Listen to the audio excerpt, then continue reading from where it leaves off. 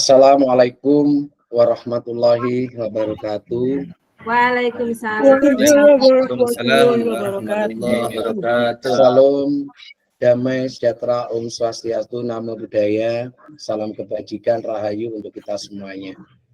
Kakak-kakak sekalian, tentunya pada kegiatan diseminasi PKG PJUK Jawa Timur bersama saya Erwin Sujiono, hari ini kita akan belajar dan berdiskusi bersama terkait materi dengan judul modul 1.5 pengembangan kurikulum PJUK dengan durasi 2 JP. Kakak-kakak, sebelum diseminasi pada pagi hari ini kita mulai, mari terlebih dahulu kita buka dengan doa. Monggo, mohon berkenan Kak Rian untuk dapatnya memimpin doa pada kesempatan hari ini. Kepada Kak Rian, kami persilakan. Baik rekan-rekan semua, sebelum kita mulai kegiatan hari ini, marilah kita berdoa menurut agama dan keyakinan masing-masing. Semoga apa yang kita harapkan, apa yang kita cita-citakan bisa terlaksana dengan baik. Berdoa dimulai.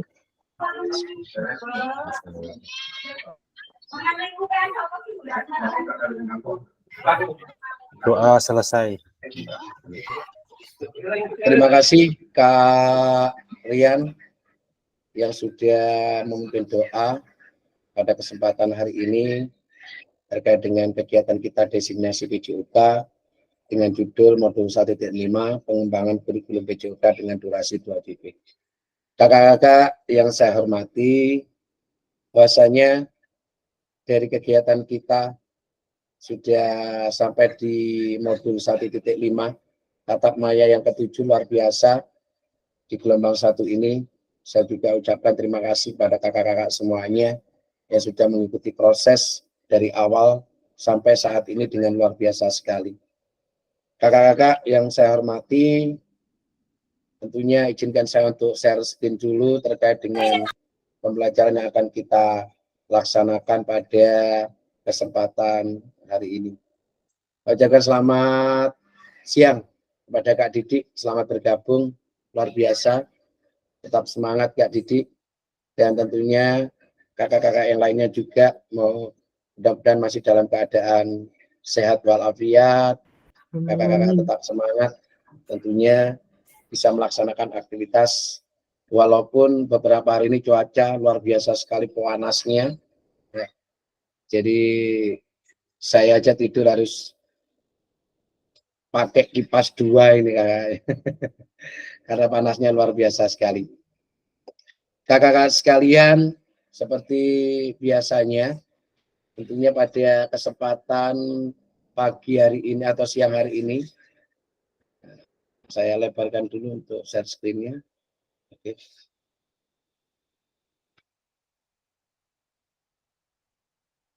Untuk mengawali kegiatan kita pada kesempatan hari ini, sesuai dengan kesepakatan bersama kakak-kakak sekalian, tentunya diawali dengan kesepakatan bersama, menyalakan kamera, mematikan mikrofon, hadir seutuhnya, menghargai waktu bersama, maksimalkan fitur chat, klik raise hand sebelum bertanya. Gangguan teknis adalah hal yang wajar. Kakak sekalian, itu tadi kesepakatan bersama yang harus kita laksanakan bersama demi terlaksananya dan lancarnya kegiatan diseminasi PJUK pada kesempatan hari ini. Kakak sekalian, tentunya tujuan dari sisi kita kali ini adalah yang pertama adalah peserta dapat memahami 3 karakteristik utama kurikulum merdeka serta keterkaitannya dengan prinsip pemikiran Ki Hajar Dewantara. Kemudian yang kedua, peserta mampu memahami pengembangan kurikulum PJUK. Dan yang ketiga, peserta mampu memahami penyusunan program PJUK yang berkualitas dengan backward design. Kakak-kakak yang saya hormati, agenda kita sesi ini yang pertama adalah backward design, kemudian ada pengembangan kurikulum PJOK, pemikiran KHD atau Ki Hajar Dewantara, dan kurikulum Merdeka. Aktivitas 1 sekalian, backward design dalam pengembangan kurikulum PJOK. Kakak-kakak, tentunya dari aktivitas yang kita pelajari, yang kita diskusikan bersama pada pagi hari ini atau siang hari ini, backward design dalam pengembangan kurikulum PJOK ini, barangkali di antara kakak sekalian, dari skala 1 sampai dengan 10, kira-kira seberapa dalam pemahaman kakak-kakak atau bapak ibu tentang kurikulum PJOK. Silakan kakak-kakak sekalian untuk dapatnya bisa menjawab di kolom chat terkait dengan skala 1 sampai 10. Kira-kira seberapa dalam pemahaman kakak-kakak atau bapak ibu tentang kurikulum PJOK. Kami persilakan untuk kakak-kakak bisa menjawab di kolom chat.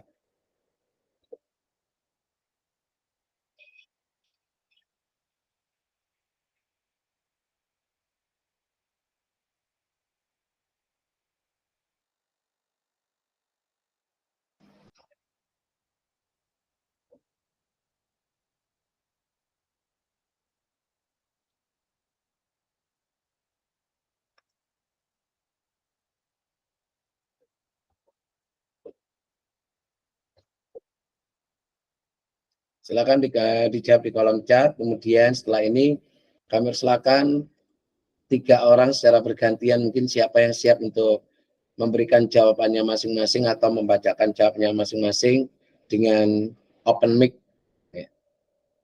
Silakan dengan open mic atau raise hand terlebih dahulu ataupun open mic. Kami persilakan kakak-kakak.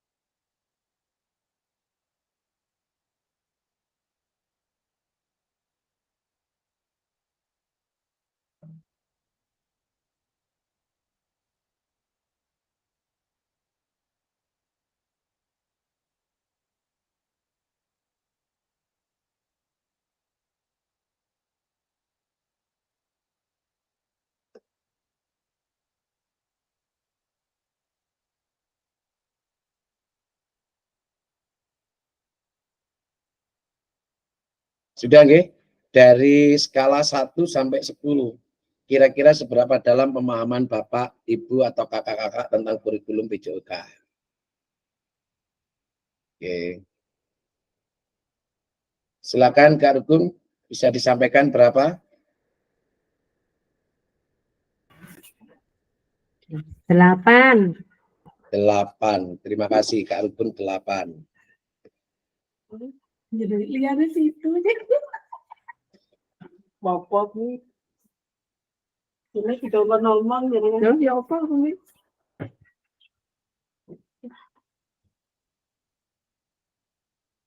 Ada Kak Rian, berapa Kak Rian?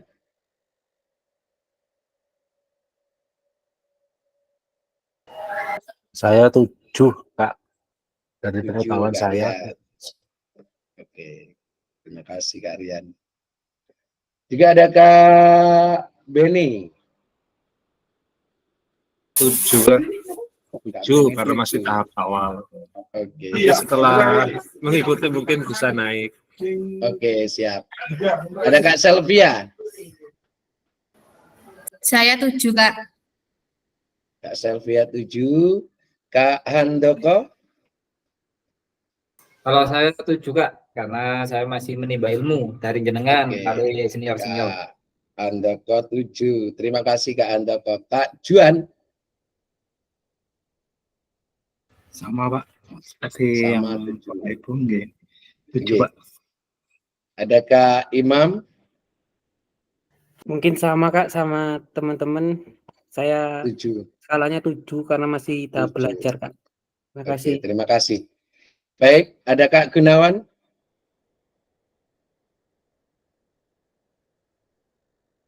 Kak Gunawan? 7 Pak, sama Pak. 7. Masih Kak Sumadi? Terima kasih Kak Gunawan. Kak Sumadi?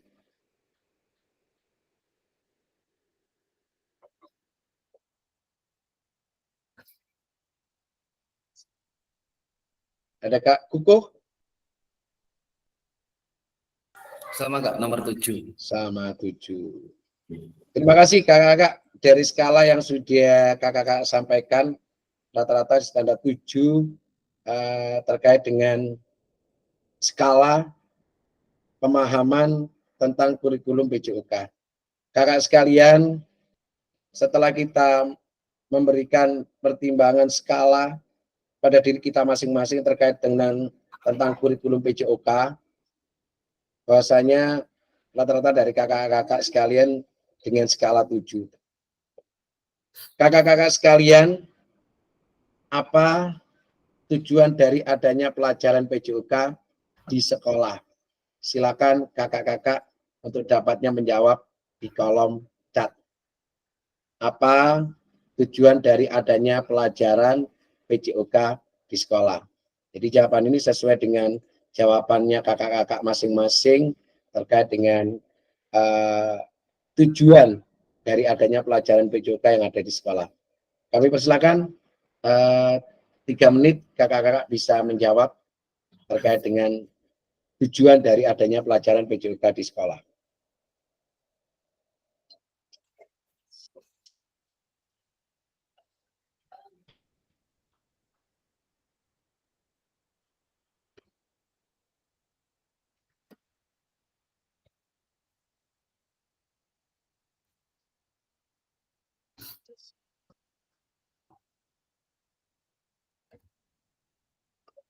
Silakan dituliskan di kolom chat apa tujuan dari adanya pelajaran PJOK di sekolah.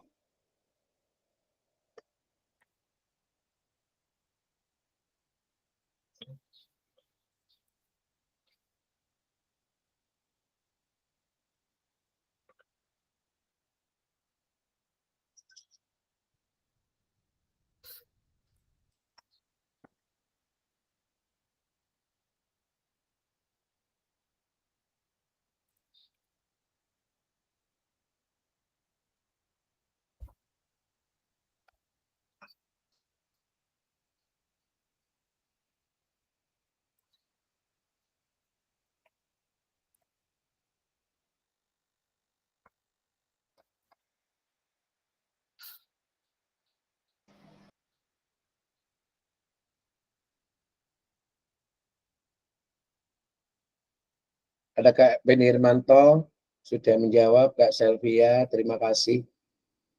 Mungkin sambil kita menunggu yang lainnya, untuk dapatnya bisa dibacakan dengan open mic, Kak Selvia. Baik Kak, menurut saya tujuan adanya pembelajaran PJOK di sekolah yaitu mengembangkan anak secara keseluruhan melalui kegiatan jasmani, bukan hanya fisik saja, melainkan juga mengembangkan mental, sosial, dan intelektual secara menyeluruh. Menurut saya seperti Terima itu Kak. kasih. Sama-sama. Luar biasa sekali. Terima kasih Kak Selvia terkait dengan adanya pelajaran PJOK di sekolah menurut Kak Selvia. Ada Kak Gunawan, kami persilakan untuk bisa open mic Kak Gunawan. Untuk membantu siswa untuk memperoleh pengetahuan, melatih kemampuan intelektual dan pengembangan perilaku yang baik. Terima kasih luar biasa Kak Gunawan sudah menyampaikan. Ada Kak Sumadi, monggo.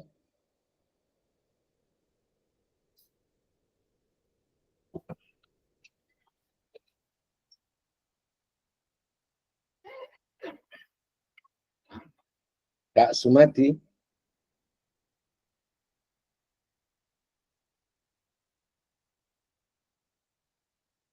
Atau di sana ada Kak Kuku. Monggo Kak Kukuh. Tujuan adanya pelajaran di sekolah yaitu meningkatkan kebugaran jasmani, kekuatan, kelincahan, dan daya tahan tubuh peserta didik. Itu aja, Kak. Terima kasih. Oke. Luar biasa. Terima kasih Kak Kukuh. Dan di sana juga ada Kak Beni, mungkin ingin menyampaikan, monggo.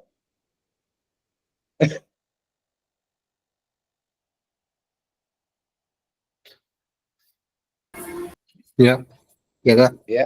Bentar. Tujuan adanya pembelajaran PJOK di sekolah untuk mengembangkan anak secara keseluruhan, baik fisik, mental, sosial, emosi, intelek, dan kesehatan peserta didik. Jadi pembelajaran PJOK itu bukan hanya terpusat di materi saja, melainkan ada fisik, emosinya anak, kepintarannya anak, dan bagaimana anak itu mengetahui kesehatan tubuhnya. Mungkin itu dari saya, Kak. Ya. Terima kasih Kak Beni sudah menyampaikan jawabannya terkait dengan pelajaran PJOK di sekolah. Mungkin dari kakak yang lainnya ingin open mic atau raise hand, kami persilakan untuk menyampaikan jawabannya. Iya, Kak. Ya, monggo. Kalau saya yaitu bertujuan untuk memberi ilmu pengetahuan tentang pentingnya berolahraga bagi kesehatan tubuh ke siswa dan mengembangkan minat anak secara keseluruhan untuk mencapai fisik, mental, sosial, dan emosional, Kak. Terima kasih. Terima kasih Kak Imam sudah menyampaikan, luar biasa. Nampaknya ada. Nggih, monggo Kak Didi, monggo Kak Didi. Iya. Mohon izin untuk masing latih upacara, Kak. Siap Kak Didi, monggo. Terima kasih. David, oke, tetap di untuk off kami ya, tetap ada, jangan sampai keluar. Ada Kak Rukun, monggo Kak Rukun ingin menyampaikan. Ya, terima kasih. Menurut saya, tujuan dari adanya pelajaran PJOK di sekolah yaitu untuk meningkatkan kesehatan anak didik, yaitu dengan membiasakan pola hidup sehat, kemudian mencegah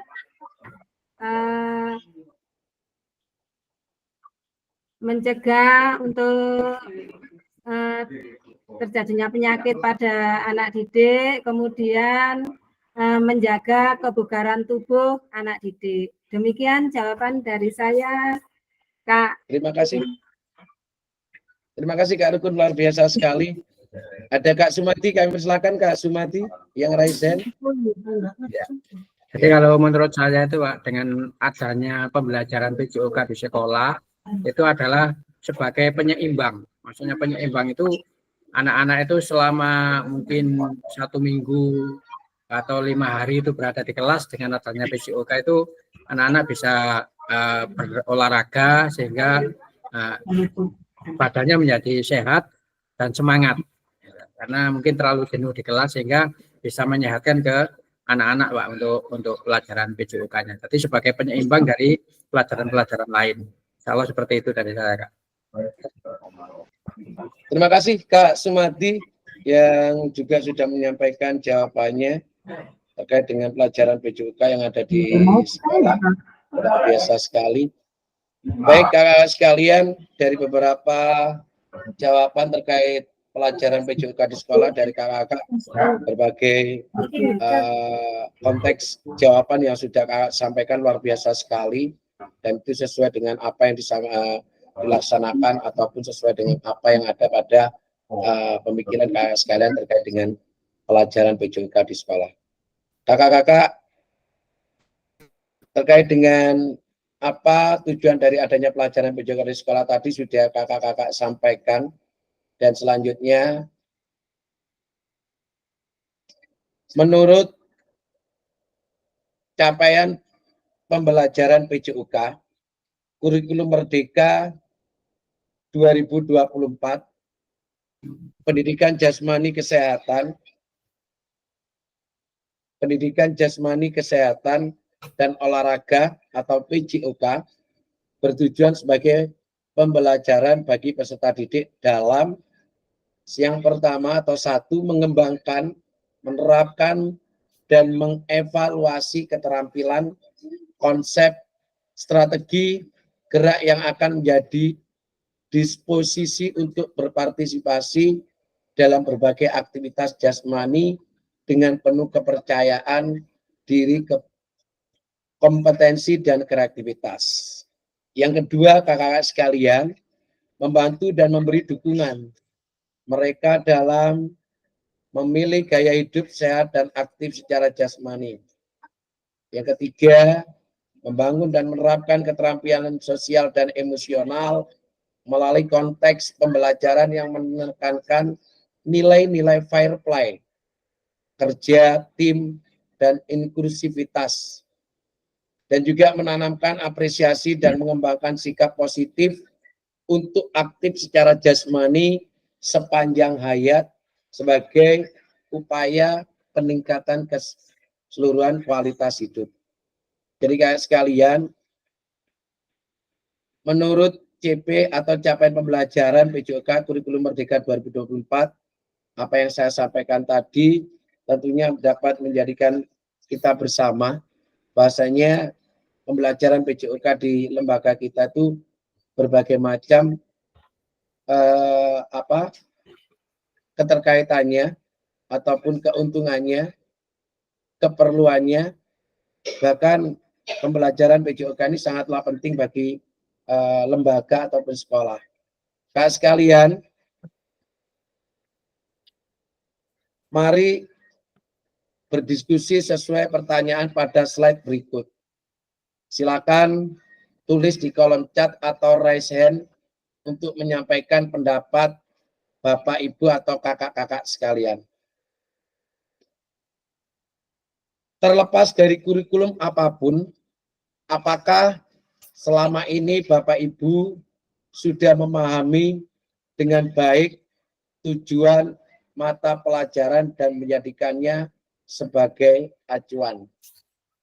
Saya ulangi lagi, terlepas dari kurikulum apapun, apakah selama ini Bapak, Ibu, atau kakak-kakak sekalian sudah memahami dengan baik tujuan mata pelajaran dan menjadikannya sebagai acuan? Monggo kakak-kakak sekalian untuk dapat menjawab di kolom chat. Di kolom chat silakan untuk dapat menjawab terkait dengan terlepas dari kurikulum apapun, apakah selama ini Bapak Ibu sudah memahami dengan baik tujuan mata pelajaran dan menjadikannya sebagai acuan. Kami persilakan kakak sekalian, kita berikan waktu kurang lebih 3 menit untuk bisa menjawab pertanyaan di kolom chat.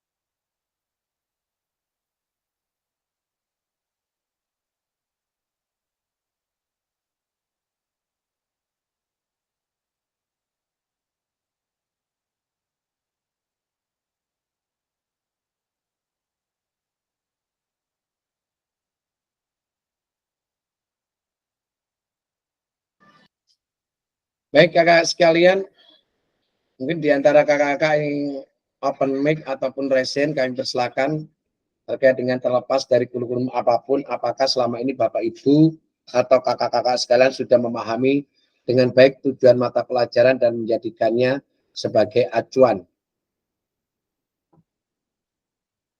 Kami persilakan Kak Beni Hermanto. Ya, ya Kak, terima kasih. Terlepas dari kurikulum apapun, saya sudah cukup memahami tujuan mata pelajaran sebagai acuan untuk melaksanakan pembelajaran yang akan saya sampaikan di kelas nanti. Mungkin itu dari saya, Kak. Terima kasih Kak Beni Hermanto yang sudah menyampaikan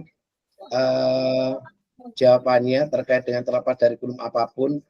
Dan ada Kak Sumati yang raisen, kami persilakan Kak Sumati. Ya Pak.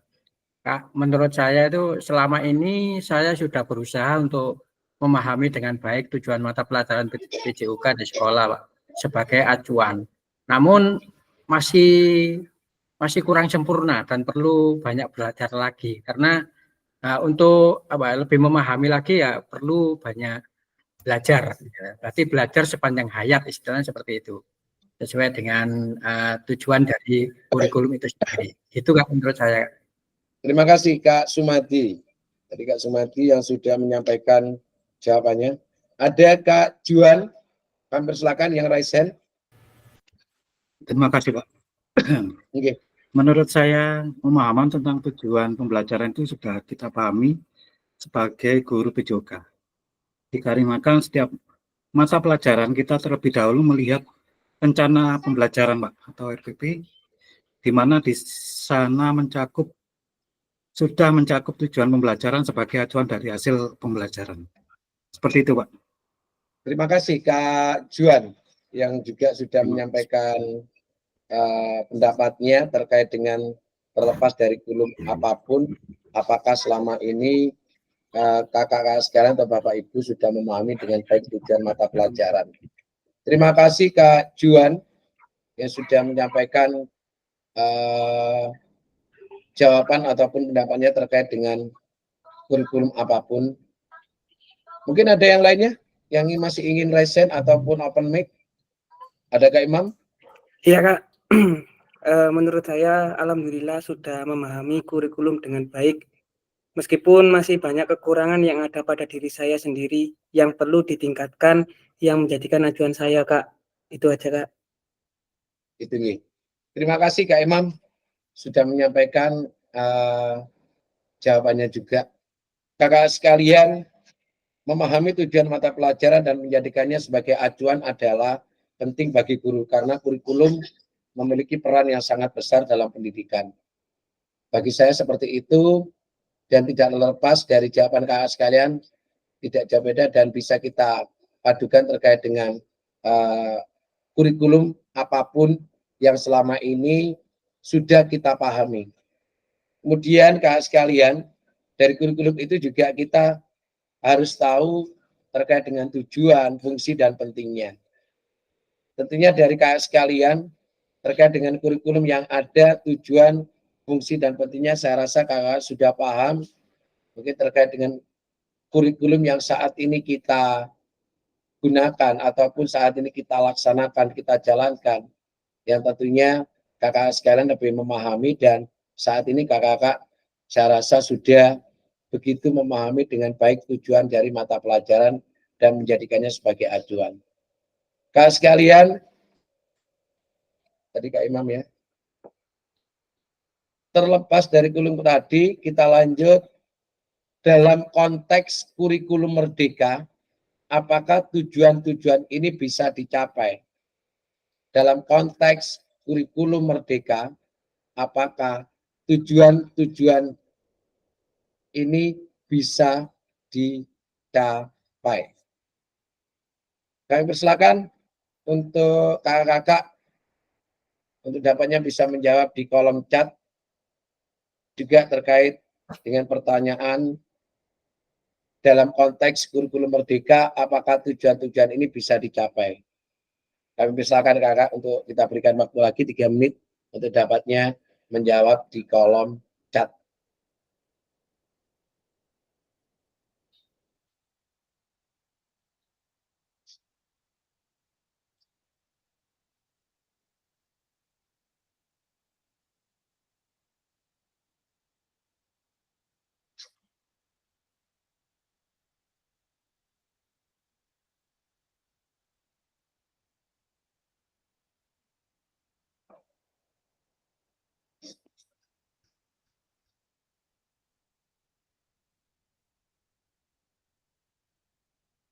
Monggo untuk bisa disampaikan di kolom chat, dan saya izin untuk ke belakang sebentar kakak-kakak.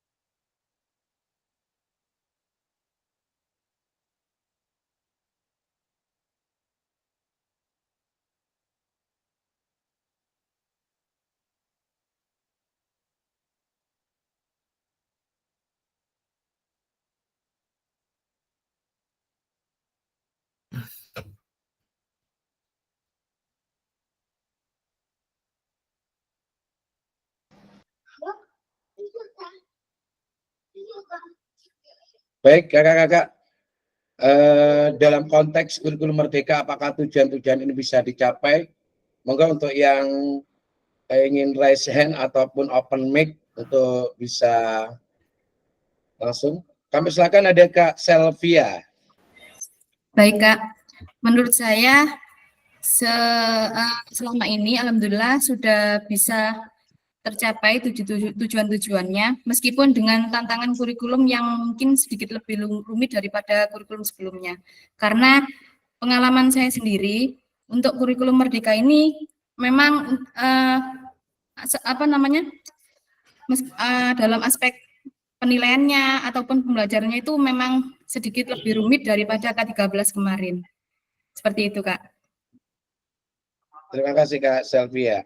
Sama-sama. Jadi apa yang disampaikan Kak Selvia tadi, Kak sekalian, sudah bisa tercapai meskipun dengan tantangan kurikulum yang mungkin sedikit lebih rumit daripada sebelumnya. Kalau boleh tahu Kak Selvia, terkait dengan tantangan yang disampaikan dari Kak Selvia tadi, sedikit lebih rumitnya mungkin terkait dengan administrasinya ya Kak ya? Iya betul Ataupun Kak. yang lain, ya administrasinya. Ya. Oke, itu juga kita rasakan memang. Jadi yang dikatakan kurikulum merdeka, merdeka belajar, ya, dan juga kita terapkan kesehariannya. Namun di sini ternyata guru pun masih dituntut dan disibukkan dengan berbagai macam administrasi. Ada itu yang namanya PMM dan sebagainya, yang harus keterkaitannya dengan apa yang kita sampaikan ataupun apa yang kita laksanakan dalam kurikulum merdeka. Ya, dan guru hampir lebih banyak mengerjakan administrasi daripada mengajarnya. Ini, ya, betul, ini kan? yang menjadikan permasalahan yang konteks bagi kita, permasalahan yang utama yang selama ini masih belum terpecahkan. Walaupun Bapak Presiden menyampaikan bahwasanya guru tidak boleh disibukkan dengan administrasi. Iya. Tapi pada dasarnya, pada kenyataannya kita disibukkan dengan administrasi.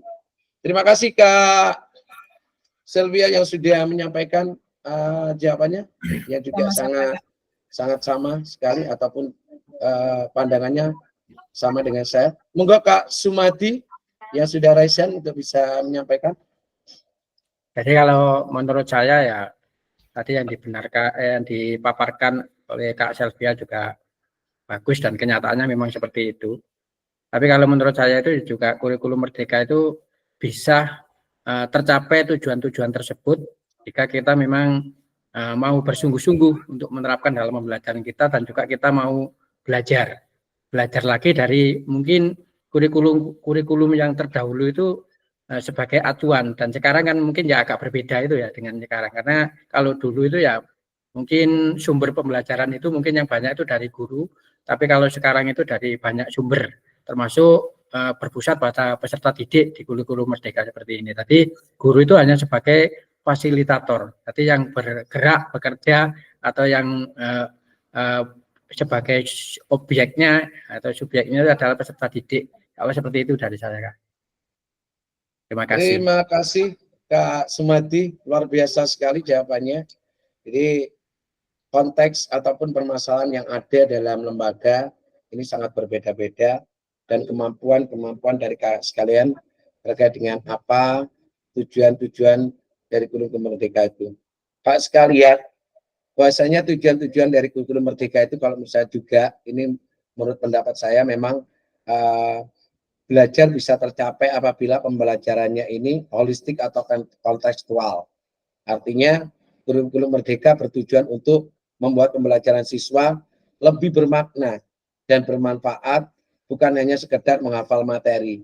Apa yang disampaikan Kak Sumati tadi sangat ada keterkaitannya terkait dengan proses pembelajaran yang berpusat pada peserta didik. Kemudian yang kedua Kak sekalian, kalau menurut saya masih membentuk SDM berkualitas, artinya sumber daya manusia yang berkualitas, di mana kurikulum merdeka bertujuan untuk membentuk SDM yang berkualitas dan berdaya saing tinggi, dan menyiapkan bangsa menghadapi tantangan global. Artinya kalau kita lihat dari Bapak Menteri, Mas Menteri katanya gitu ya bahasa sahabatnya, memang dari kurikulum merdeka ini dituntut dengan adanya di mana Bapak Ibu guru atau sekalian harus lebih lihai, lebih paham terkait dengan IT, karena mengikuti dari tantangan global era revolusi itu Kak sekalian ya. Jadi apa kata Kak Slamet Effendi kapan hari juga luar biasa, dari yang ogah untuk males lah istilahnya untuk belajar laptop atau menghadapi laptop, pada akhirnya secara tuntutan yang ada harus belajar juga, luar biasa. Tapi saya bangga bahwasanya kakak-kakak yang dari awalnya kurang beradaptasi dengan perkembangan IT ataupun teknologi terkait dengan laptop dan sebagainya, saat ini kakak-kakak harus sudah mulai memahami, menikmati perjalanan terkait dengan perkembangan IT yang ada. Kak sekalian, selain apa yang disampaikan Kak Sylvia dan Kak Sumadi tadi, barangkali dari kakak-kakak adakah yang ingin menyampaikan juga terkait dengan konteks kurikulum merdeka, apakah tujuan-tujuan ini bisa dicapai? Ada kakak-kakak?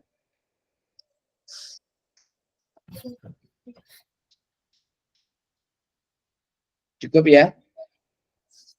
Oke. Baik, kita akan lanjut.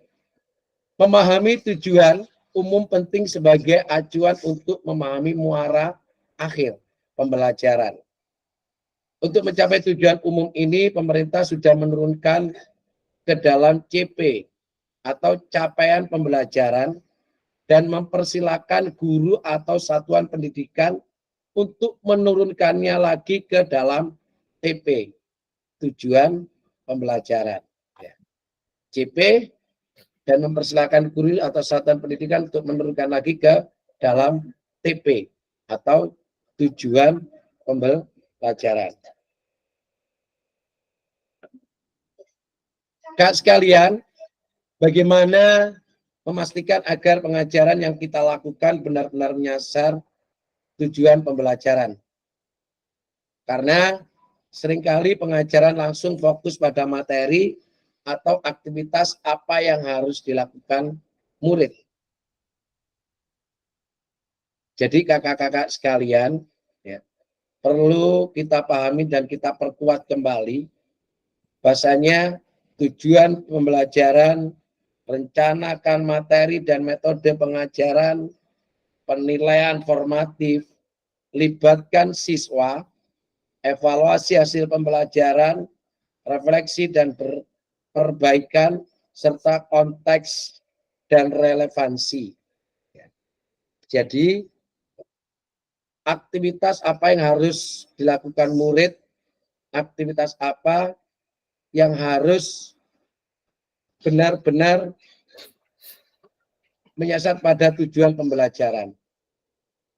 Seperti kami kuatkan kembali kakak sekalian, bahwasanya kita dalam kurikulum Merdeka ini yang pertama memang harus bisa menyampaikan terkait dengan tujuan pembelajaran. Kemudian kita mampu merencanakan materi dan metode pengajaran.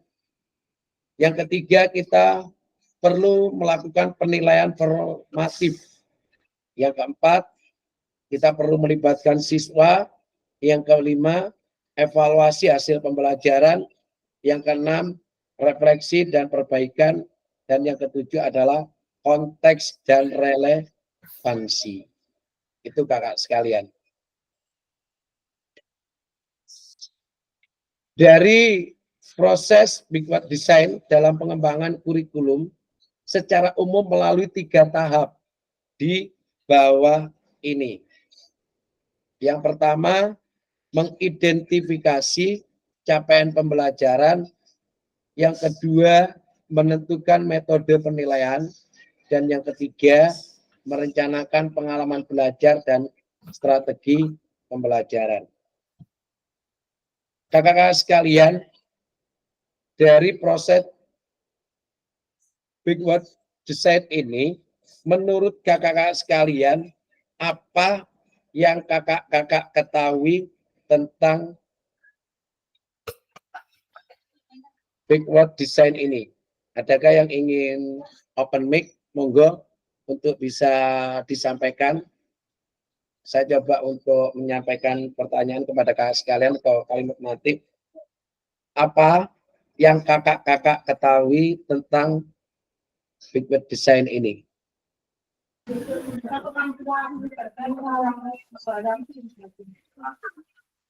Monggo Kak Beni Hermanto.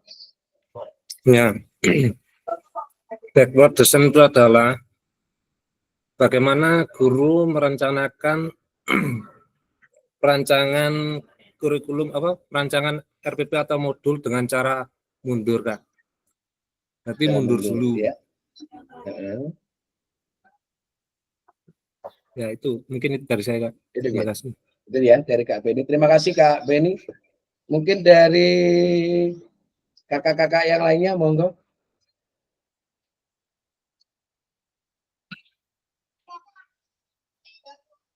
Yang ingin menyampaikan, kami persilakan.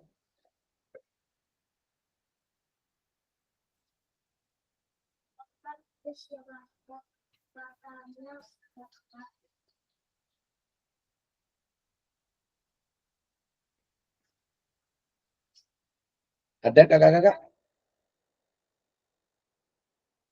Mungkin saya juga ingin menyampaikan ya, terkait dengan Big What Design ini adalah pendekatan dalam perencanaan pengajaran yang dimulai dari tujuan pembelajaran, kemudian merancang penilaian dan akhirnya menyusun aktivitas pengajaran. Kakak sekalian, aktivitas pengajaran ataupun langkah-langkah dalam Big What Design ini diantaranya yang pertama kakak-kakak, yaitu 1, menentukan tujuan pembelajaran. Artinya identifikasi apa yang ingin siswa capai, dan ini harus jelas, spesifik, terukur. Oke. Jadi kakak sekalian, terkait dengan backward design ini, ya, tentunya ada langkah-langkah dalam backward design yang harus kita lakukan. Yang pertama tadi sudah kita sampaikan kepada kakak-kakak bahwasanya yang pertama adalah menentukan tujuan pembelajaran. Artinya identifikasi apa yang ingin siswa capai. Tujuan ini harus jelas, spesifik, dan terukur. Yang kedua, kakak-kakak, rencanakan penilaian. Setelah menetapkan tujuan, tentukan bagaimana Anda akan mengukur pencapaian siswa. Buat penilaian yang relevan untuk memastikan bahwa siswa memahami dan dapat menerapkan pengetahuan ataupun keterampilan yang diajarkan.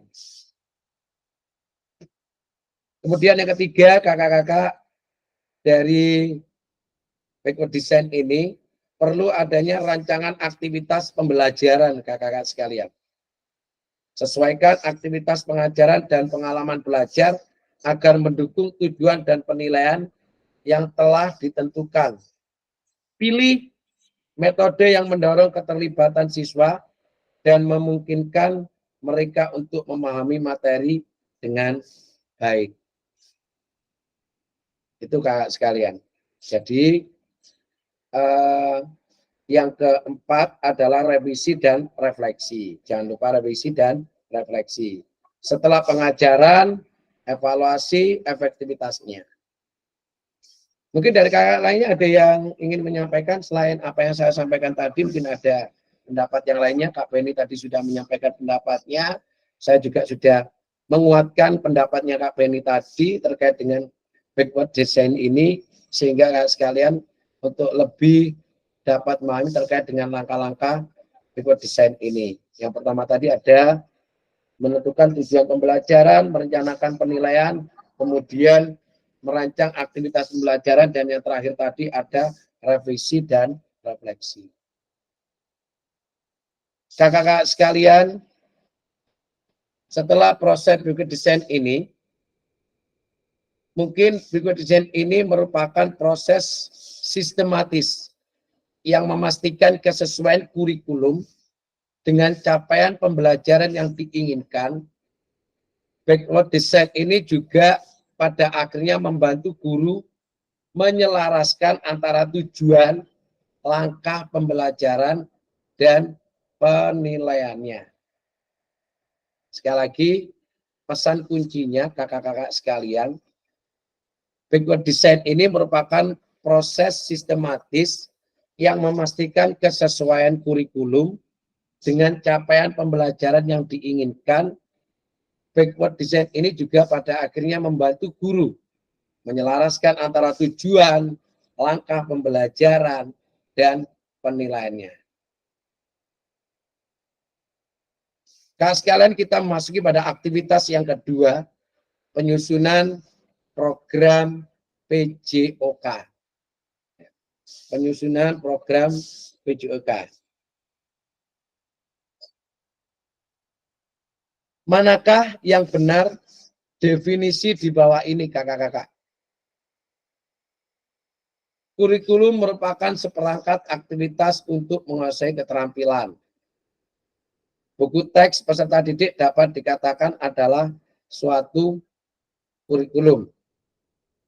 Sedangkan kurikulum adalah suatu standar untuk mengetahui apa yang peserta didik harus pelajari, meliputi keterampilan, pengetahuan, dan sikap.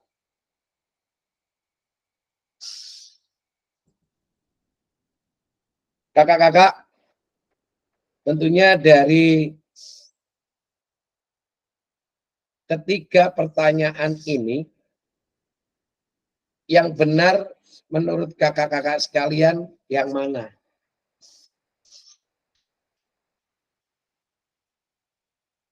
Tentunya di sini sudah ada tanda, oke?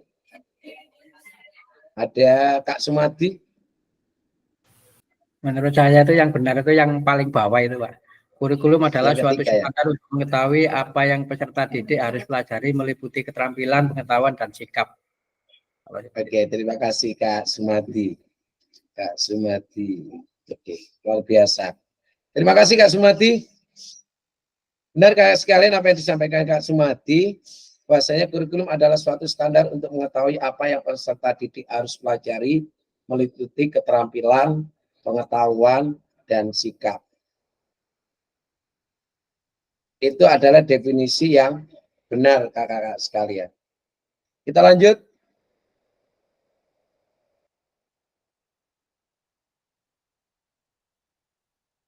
Komponen kurikulum pada satuan pendidikan pelaksanaan kurikulum merdeka. Yang ke-1, struktur kurikulum. Yang kedua, capaian pembelajaran. Yang ketiga, pembelajaran dan asesmen. Yang keempat, penggunaan perangkat ajar. Yang kelima, kurikulum satuan pendidikan.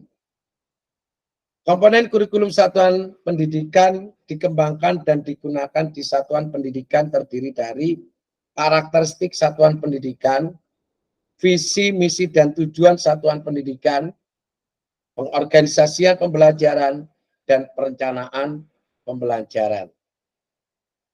Ini semuanya bersumber dari Menteri Pendidikan, Kebudayaan, Riset, dan Teknologi Republik Indonesia 2002 P72. Ya. Kakak-kakak sekalian, terkait dengan komponen kurikulum pada satuan pendidikan pelaksanaan kurikulum merdeka, ya. Tentunya di sana ada struktur kurikulum. Mungkin dari kakak paham ya, terkait dengan struktur kurikulum. Ada yang paham? Struktur kurikulum.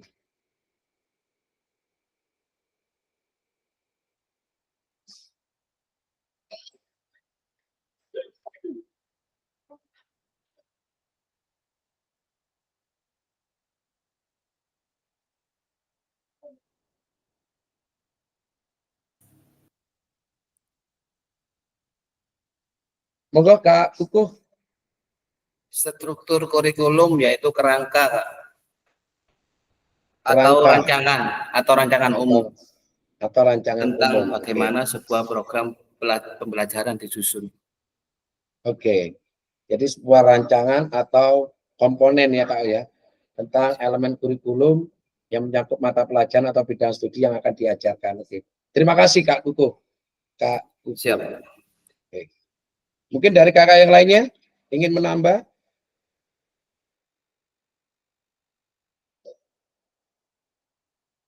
Struktur kurikulum, kakak sekalian, oke. Ada Kak Selvia, kami persilakan. Menurut saya, struktur kurikulum itu merupakan pola dan susunan mata pelajaran yang harus ditempuh oleh peserta didik dalam suatu kegiatan pembelajaran.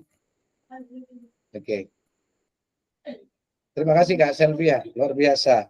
Itu dari Kak Selvia, bisa ada keterkaitannya dengan apa yang disampaikan Kak Kuku tadi, dan juga sudah saya kuatkan. Dan tentunya kakak sekalian, sebenarnya struktur kurikulum ini seperti intrakurikuler, P5, dan ekstrakurikuler. Benar apa yang disampaikan Kak Kuku dan Kak Selvia tadi, bahwasanya struktur kurikulum merupakan rancangan atau susunan komponen dan elemen kurikulum yang mencakup mata pelajaran atau bidang studi yang akan diajarkan di satuan pendidikan. Yang kedua, kakak sekalian, capaian pembelajaran. Capaian pembelajaran adalah, ada yang tahu mungkin dari kakak-kakak? Capaian pembelajaran.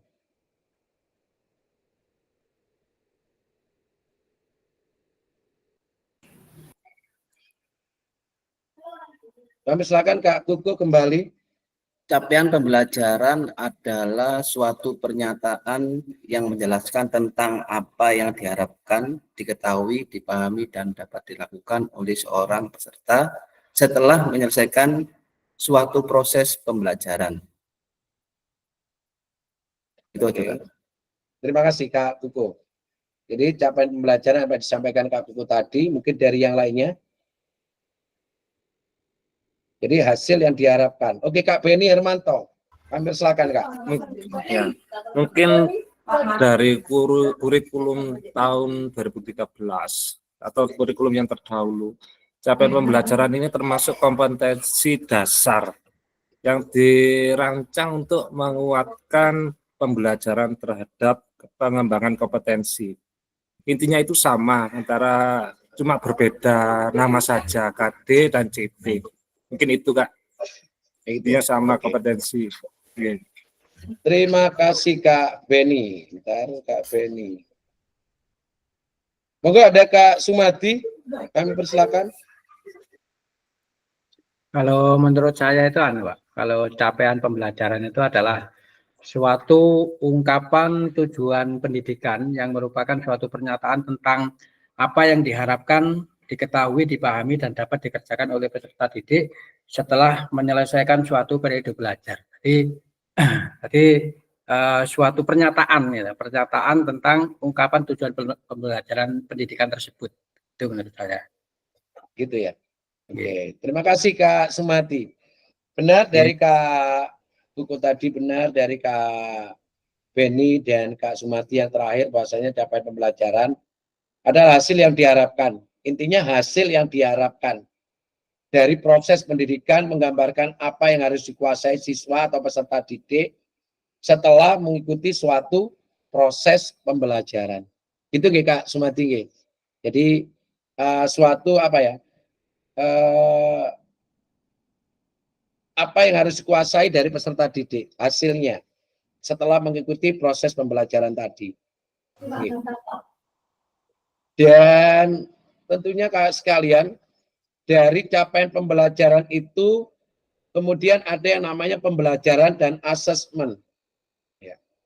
Mungkin Kak sekalian, pembelajaran dan asesmen itu sendiri definisinya adalah proses di mana siswa mengakuisisi pengetahuan, keterampilan, dan sikap melalui berbagai aktivitas pengajaran.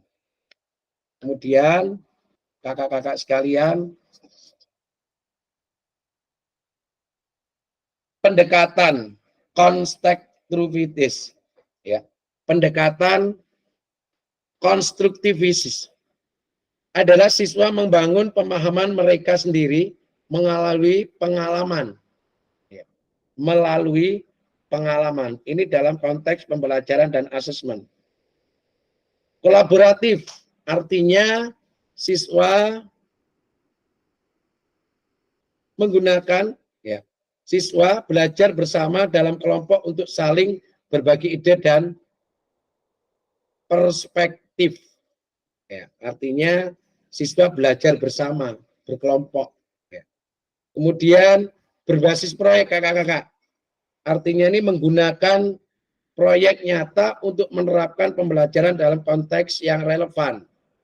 Kemudian ada metode, metodenya antaranya adalah diskusi, mengajak siswa untuk berpikir kritis dan berdialog. Ini tergantung bagaimana kita membuat ataupun menggunakan apa metodenya, kakak-kakak. Mungkin kebanyakannya dari kakak sekalian menggunakan metode diskusi. Ini saya juga seringkali menggunakan metode diskusi. Artinya di sana dari kelompok itu berbagi peran, artinya peserta didik mampu dan tentunya lebih proaktif dalam kelompok itu. Kemudian yang selanjutnya adalah praktikum kakak-kakak. Memberikan pengalaman langsung melalui kegiatan praktis. Ada penggunaan teknologi, memanfaatkan alat digital untuk meningkatkan pembelajaran. Kakak-kakak sekalian, terkait dengan pembelajaran dan asesmennya, dari definisi, pendekatan, konstruktivis, kolaboratif, metode, dan praktikum, di sini juga ada definisi dari terkait dengan asesmen, kakak-kakak sekalian. Definisinya dari asesmen itu sendiri, proses pengumpulan informasi tentang kemajuan dan pencapaian siswa dalam pembelajaran. Jadi definisi dari asesmen. Asesmen ini proses pengumpulan informasi, kakak-kakak. Jadi kita menggali informasi tentang kemajuan dan pencapaian siswa dalam pembelajaran. Ya. Mungkin kakak-kakak metode asesmennya bermacam-macam, ya. Saya rasa sesuai dengan karakter dari kakak-kakak masing-masing. Kemudian dari asesmen ini kakak-kakak ada jenis asesmen.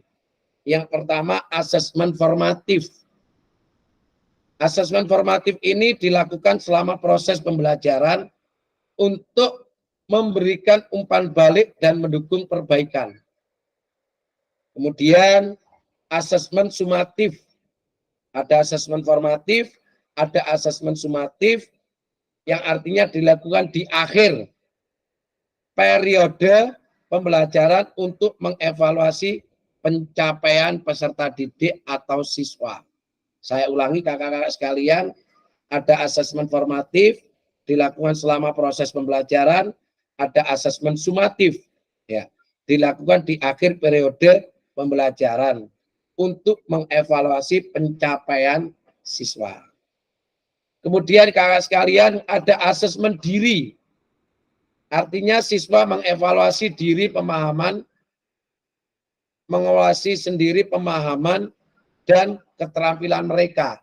Ini adalah merupakan asesmen diri, artinya peserta didik mengevaluasi diri terkait dengan pemahaman dan keterampilan dari peserta didik itu sendiri.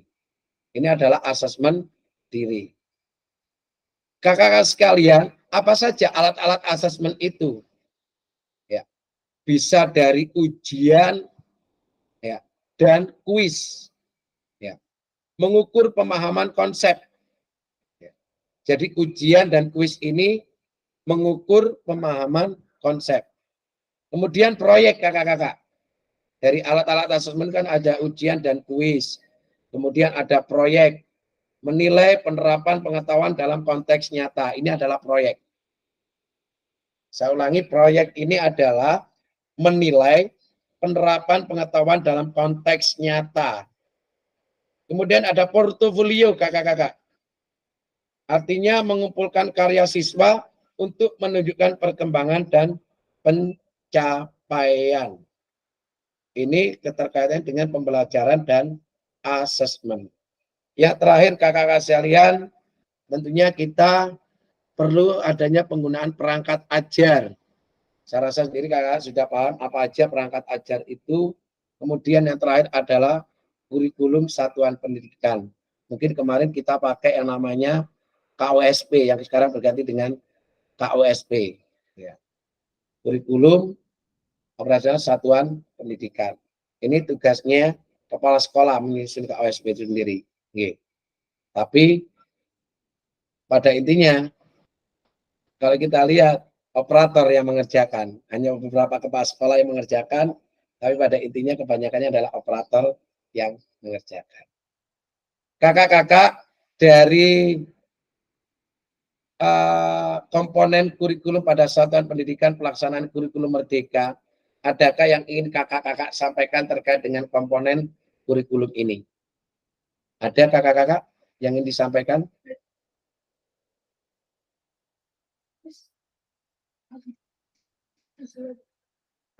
Kak Sumati mungkin ingin menyampaikan sedikit apa terkait dengan komponen kurikulum?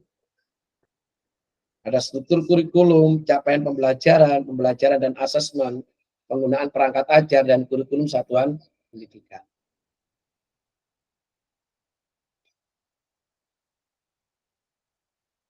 Cukup ya Kak Sumati? Cukup, Pak. Oke, kita lanjut kakak-kakak. Mengapa kurikulum operasional berbeda antar satuan pendidikan? Berbeda antar satuan pendidikan.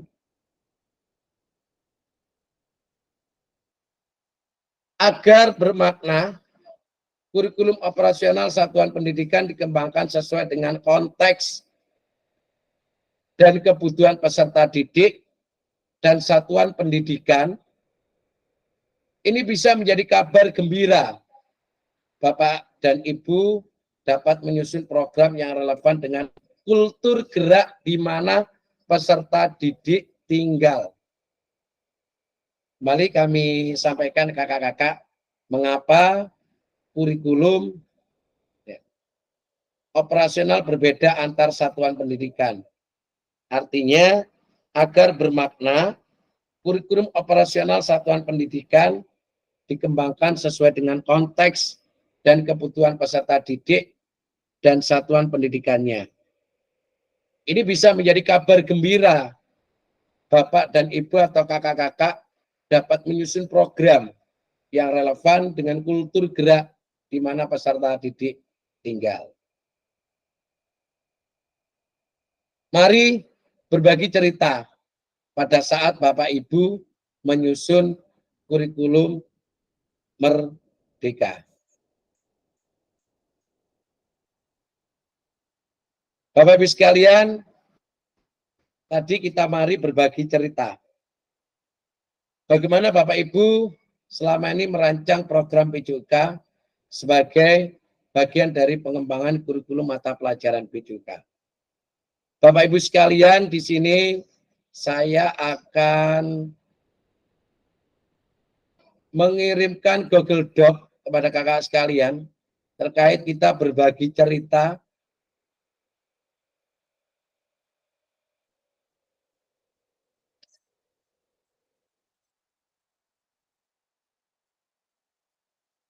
silakan bisa dilihat di kolom chat kakak-kakak terkait dengan link Google Doc-nya. Sudah ada di kolom chat atau juga saya kirim di grup WhatsApp.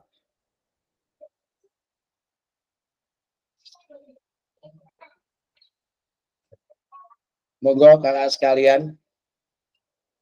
Di Google Doc kakak-kakak sekalian, bentar saya hentikan dulu.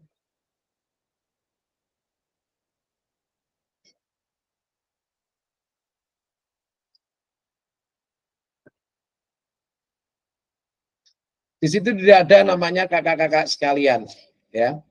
Jadi di Google Doc itu sudah ada namanya kakak-kakak sekalian.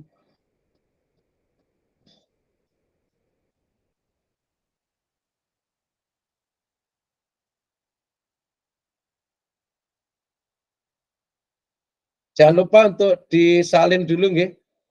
Kakak-kakak jangan lupa untuk disalin dulu. Dan silakan tulis jawaban pada kolom nama kakak-kakak masing-masing. Ya. Silakan untuk dibuat salinan dulu atau di copy. Bagaimana Bapak Ibu selama ini merancang program PJOK sebagai bagian dari pengembangan kurikulum mata pelajaran PJOK.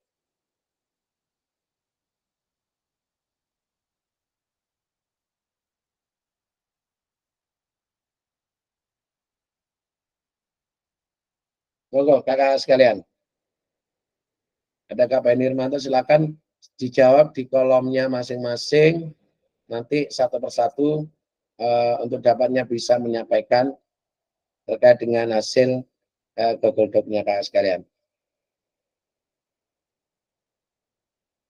Kami persilakan kita berikan waktu 5 menit untuk kakak-kakak bisa menjawab. Monggo.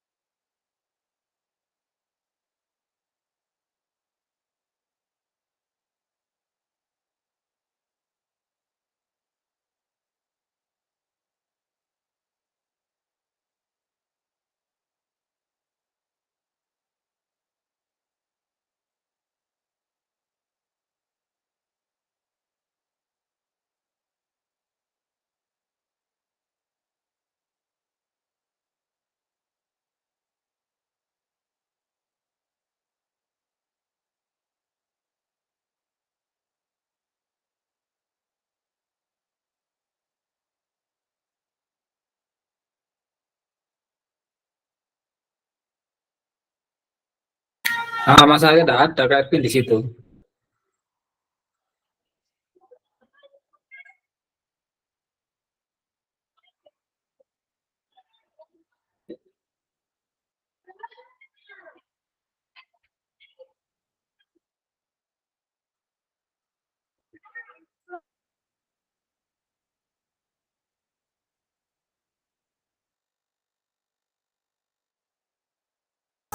Erwin,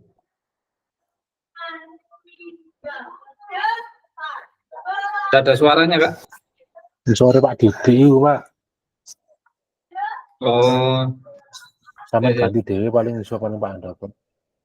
Tak iso kok Sore ini. Pak Didi, Iya, Pak. ini nomornya apa namanya Kak Gunawan 2. Ntar saya rubah dulu. Oke. Siap-siap, Kak. Sebentar, Siap. sebentar Kak Andoko.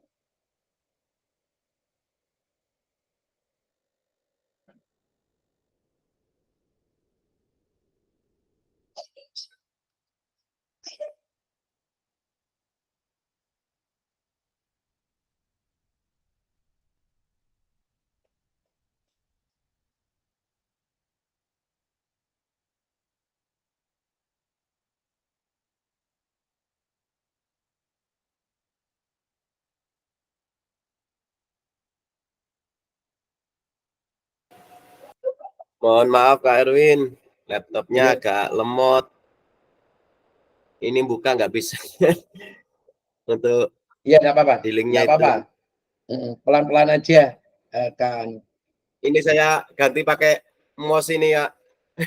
Iya.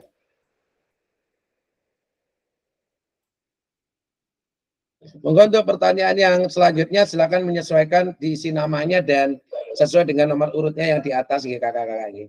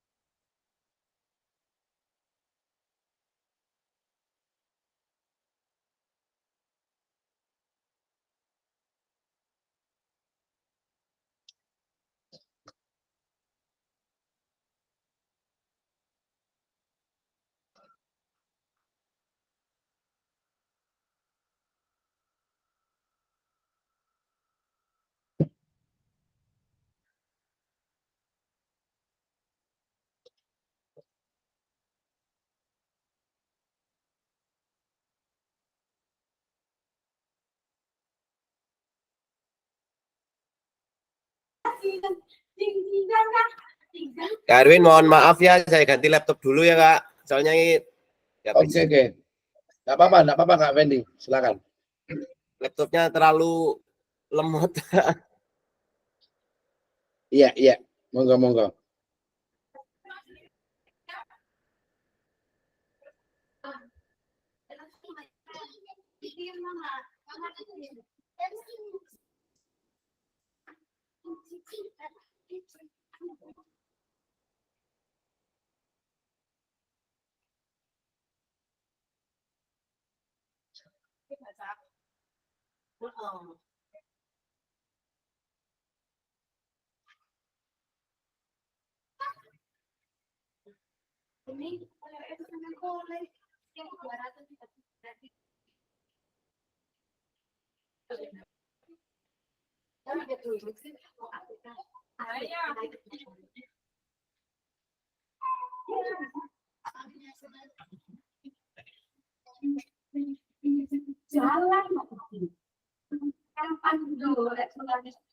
Buis,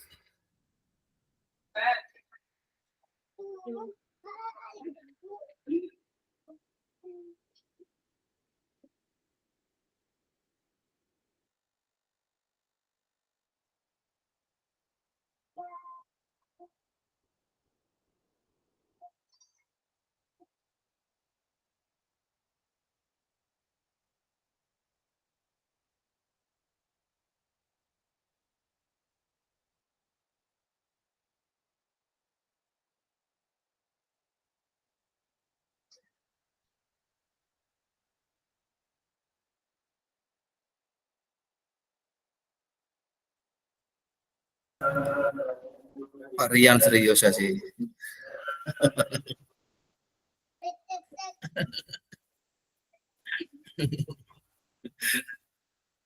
Masih, kenapa mengkiruk ini saya Pak? Betul ini waktu ya apa ini waktu. Nyangka Ervin ini. Pak dikirimin hari ini. Kirimnya apa Pak Ko? Seko bungkus. Iya, sego pecel. Siap.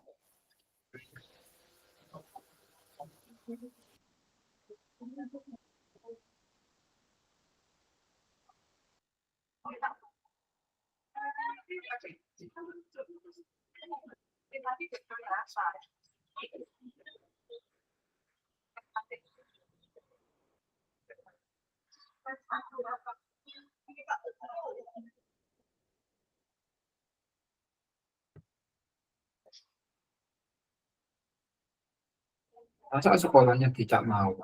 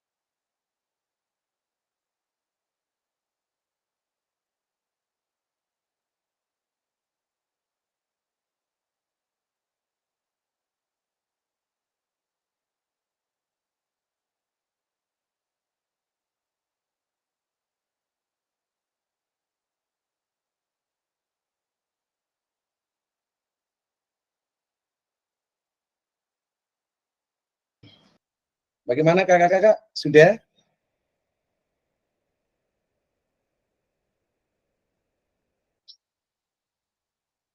Baik, sambil berjalan untuk Google Doc-nya, saya mencoba untuk melanjutkan ke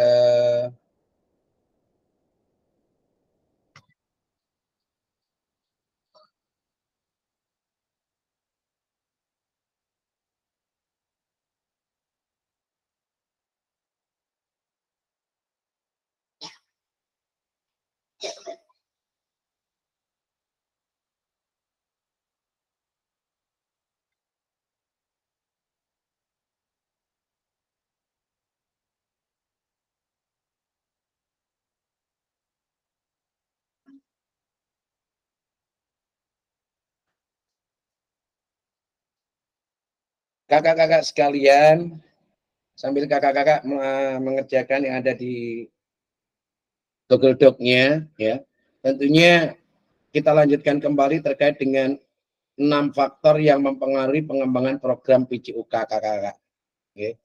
Jadi 6 faktor yang mempengaruhi pengembangan program PJOK. 1, kebutuhan dan karakteristik peserta didik. Yang kedua adalah konteks masyarakat. Yang ketiga adalah waktu. Yang keempat adalah alokasi jam pelajaran. Yang kelima, cakupan dan tahapan. Dan yang keenam adalah teknologi. Kakak-kakak sekalian, dari 6 faktor yang mempengaruhi pengembangan program PJOK, mungkin di antara kakak sekalian sudah memahami terkait dengan 6 faktor pengembangan program PJOK. Yang tadi sudah saya bacakan terkait dengan kebutuhan dan karakteristik peserta didik, konteks masyarakat, waktu, alokasi jam pelajaran, cakupan dan tahapan, serta teknologi. Kita akan masuk pada aktivitas 3 kakak sekalian terkait dengan karakteristik utama kurikulum merdeka dan artikulasi KHD atau Ki Hajar Dewantara dalam pendidikan nasional. Menurut Bapak Ibu atau kakak-kakak, kata kunci apa yang berulang kali kita telah bahas dalam mengembangkan kurikulum PJOK?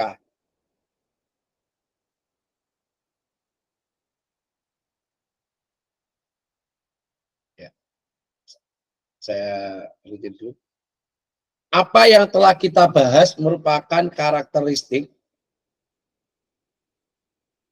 Apa yang telah kita bahas merupakan karakteristik kurikulum merdeka, yakni yang pertama, kakak-kakak sekalian fokus pada materi esensial. Artinya muatan yang paling diperlukan untuk mengembangkan kompetensi dan karakter peserta didik. Kemudian yang kedua, mengembangkan kompetensi dan karakter. Artinya pengembangan kompetensi sosial, emosional, dan moral peserta didik. Yang ketiga, fleksibilitas pembelajaran. Kurikulum dapat disesuaikan dengan kebutuhan pengembangan, kompetensi peserta didik, karakteristik satuan pendidikan, dan konteks lingkungan sosial budaya setempat. Itu adalah ketiga dari karakteristik kurikulum merdeka yang telah kita bahas sekalian. Mari kita diskusikan pemikiran Ki Hajar Dewantara secara lebih jauh dan mengaitkannya dengan karakteristik kurikulum merdeka. Ki Hajar menggarisbawahi bahwa maksud pendidikan adalah menuntun segala kodrat yang ada pada anak-anak agar mereka dapat mencapai keselamatan dan kebahagiaan yang setinggi-tingginya, baik sebagai manusia maupun sebagai anggota masyarakat. Oleh sebab itu, pendidik itu hanya dapat menuntun tumbuh atau hidupnya kekuatan kodrat yang ada pada anak-anak agar dapat memperbaiki lakunya, bukan dasarnya. hidup dan tumbuhnya kekuatan kodrat anak. Ini bersumber dari halaman 10 tahun 2020 dari Dewantara 1936. Kakak sekalian, pada akhir sesi kita hari ini, Bapak Ibu atau kakak-kakak, tentunya peserta dapat memahami 3 karakteristik utama kurikulum merdeka serta keterkaitannya dengan prinsip pemikiran Ki Hajar Dewantara.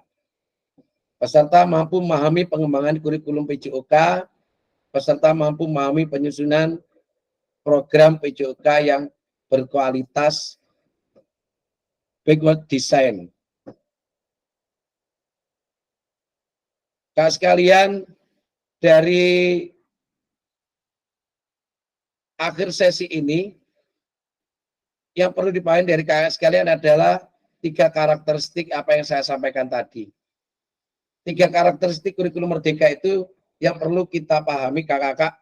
Yang pertama adalah fokus pada materi esensial tadi, kemudian pengembangan kompetensi dan karakter, fleksibilitas pembelajaran.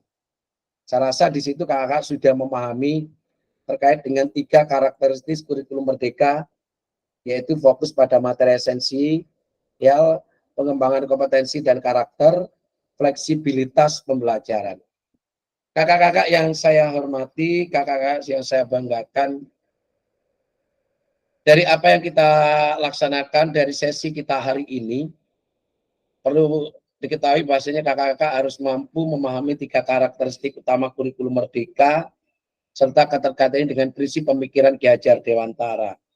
Kemudian yang kedua, kami berharap kakak-kakak juga mampu memahami pengembangan kurikulum PJOK, dan yang ketiga, kakak-kakak mampu memahami penyusunan program PJOK yang berkualitas dengan backward design.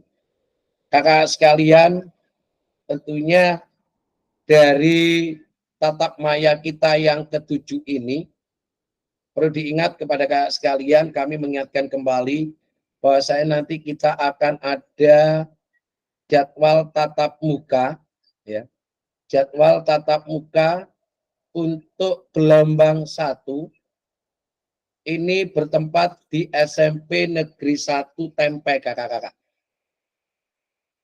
Tatap muka akan dilaksanakan pada tanggal 13 Oktober sampai dengan 19 Oktober. Perlu diingat kakak-kakak, jadi tatap muka akan dilaksanakan pada tanggal 13 sampai dengan 19 Oktober. Full kakak-kakak. Jadi 7 hari itu full. Dan nanti insya Allah akan dihadiri dari BPGB Jawa Timur sebagai satu laporan kita bersama dan sebagai penguatan bahwasanya kita melaksanakan diseminasi selain tatap maya juga tatap muka. Dan insya Allah fasilitas-fasilitasnya nanti akan disampaikan pada tatap muka nanti. Kakak-kakak sekalian, dari sesi yang kita laksanakan pada siang hari ini, jangan lupa untuk Google Doc-nya tetap dikerjakan, ntar lagi akan saya koreksi ataupun akan saya lihat. Tentunya dari kakak sekalian kami mengingatkan kembali sesuai apa yang diingatkan dari KAAN dari BPGB Jawa Timur, bahwasanya kakak-kakak jangan lupa untuk mengupdate keterisian refleksi kompetensi awal diseminasi gelombang 1 dan gelombang 2. Refleksi kompetensi awal ini merupakan salah satu asesmen di dalam program di mana peserta menilai merefleksikan sendiri terkait posisi kompetensi sebelum pelatihan. Mengingat masih banyak yang belum mengisi refleksi kompetensi awal, dimohon diingatkan kembali untuk peserta yang belum melakukan pengisian.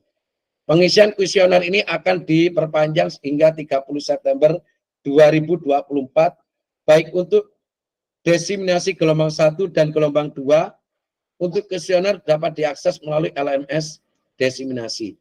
Jadi kakak-kakak sekalian, ya, untuk dapatnya mengisi kuesioner kakak-kakak, ya, saya coba untuk share screen tempatnya di mana. nanti kakak-kakak bisa, kita juga mengisi selaku fasilitator, diseminasi juga mengisi.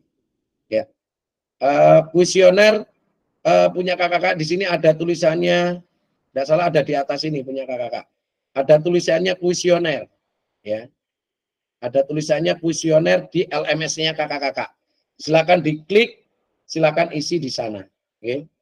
Kemudian yang kedua, jangan lupa untuk LMS-nya yang 2JP hari ini untuk bisa dikerjakan mulai dari 1.5B elaborasi pengembangan kurikulum ya di page 4 atau di halaman 4. Kemudian ada pemahaman 1.5C kuatkan pemahaman pengembangan kurikulum di page 5.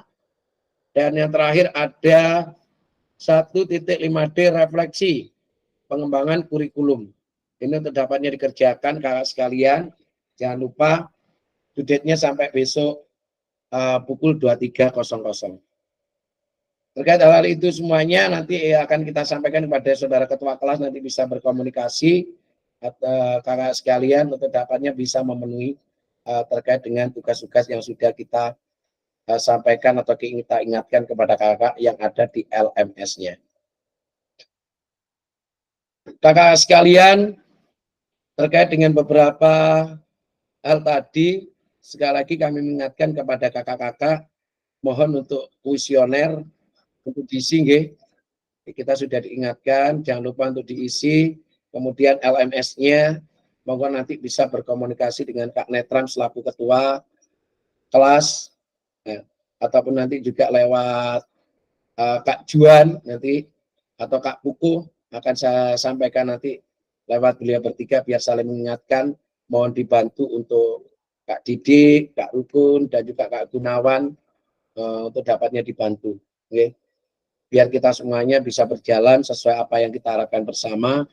Monggo untuk berkomunikasi, kuatkan pemahaman kita, kuatkan kesatuan kita, jaga kondisi kesehatan kakak sekalian, jangan sampai kakak-kakak harus sakit dan sebagainya karena banyaknya kegiatan yang harus diikuti oleh kakak sekalian. Kakak sekalian, sebagai satu pengingat kembali kepada kakak-kakak semuanya, monggo terkait dengan persiapan tatap muka nanti untuk dipersiapkan secara matang, ya dari kakak sekalian. Ini tidak tahu apakah pulang atau bermalam, saya sendiri masih belum tahu ini. Jadi apakah pulang atau bermalam kita sendiri masih belum tahu karena kegiatannya 7 hari full. Dari tanggal 13 sampai dengan 19 Oktober 2024 bertempat di SMP Negeri 1 Tempeh. Baik kakak sekalian, alhamdulillah kita sudah di akhir tatap maya yang ke-7 ini dengan materi modul 1.5 pengembangan kurikulum PJOK selama 2JP. Kakak sekalian, mari kegiatan pada tatap maya ini kita akhiri, tapi sebelumnya saya berikan kesempatan mungkin satu perwakilan untuk bisa merefleksikan kegiatan tatap maya kita pada kesempatan hari ini. Kami silakan untuk yang bersiap atau bisa menyampaikan refleksinya untuk hari ini. Monggo. Mungkin Kak Kukuh, refleksinya Kak Kukuh. Untuk materi 1.5 ini.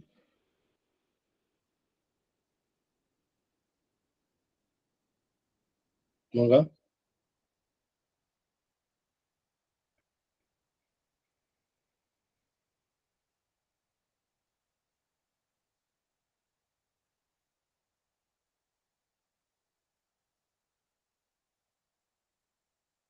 Atau yang lainnya, monggo Kak Juan, Kak Beni, mungkin bisa menyampaikan refleksinya, Kak Rian, Kak Selvia, atau kakak-kakak yang lainnya, Kak Imam, monggo. Kak Andoko, Kak Sumati, Kak Gunawan, Kak Didik, Kak Rukun, untuk bisa menyampaikan refleksinya.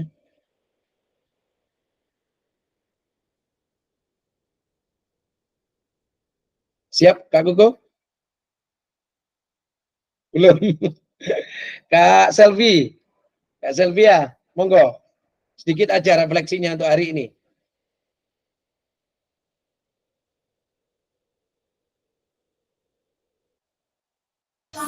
Baik Kak, menurut saya jadi refleksi pada kesempatan hari ini yaitu semua yang ada di kurikulum itu mencakup segala tujuan pembelajaran, kemudian segala aspek-aspek yang bisa menunjang dan mengembangkan potensi anak secara menyeluruh. Gitu Kak, menurut saya. Terima kasih. Terima kasih Kak Sylvia sudah menyampaikan refleksinya. Jadi keterkaitan dengan tujuan pembelajaran, capaian pembelajaran, semuanya sudah kompleks dalam kurikulum, terutama pada proses pembelajaran PJOK. Terima kasih kakak sekalian. Mungkin itu yang bisa kita sampaikan pada kakak sekalian. Kita sudah di akhir tatap maya kita dengan materi modul 1.5 pengembangan kurikulum PJOK selama 2 JP. Kakak-kakak, sebelum sesi ini kita akhiri, mari kita berdoa. Mohon berkenan untuk memimpin doa. Mungkin saya mohon untuk bantuannya dari Kak Sumadi, dapatnya memimpin doa penutup untuk siang hari ini. Semoga Kak Sumadi. Baiklah, marilah kakak-kakak sekalian untuk mengakhiri pertemuan kita pada siang hari ini agar lebih barokah dan ilmunya bisa manfaat. Kita ucapkan dengan ucapan hamdalah. Alhamdulillah. Terima kasih. Untuk sesi foto bersama dulu kakak, mohon bantuannya. Siapa yang foto? Kak Rian ya. Oke, kita pakai gaya apa ini? Ada usulan gaya? Tangannya? Manut terus Kak. Pak Vicky kawan gaya Bu Beb. Oke, kita pakai penguatan sudah. Tangannya, penguatan. Ya, penguatan. Monggo Kak Rian.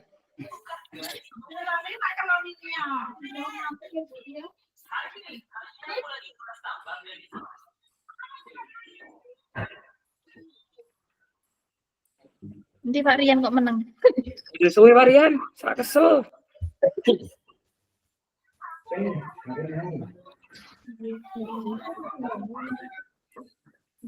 Wes apa Rian?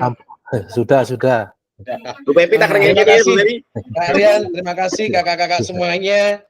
Terima kasih atas kebersamaannya. Saya akhiri wabillahi taufik wal hidayah. Wassalamualaikum warahmatullahi wabarakatuh. Waalaikumsalam warahmatullahi wabarakatuh. Terima kasih. Sampai jumpa di tatap maya selanjutnya. Oke, siap. Bu Pepi, nggak nolong aku belas sih, nggak dijawab pun aku. Lah,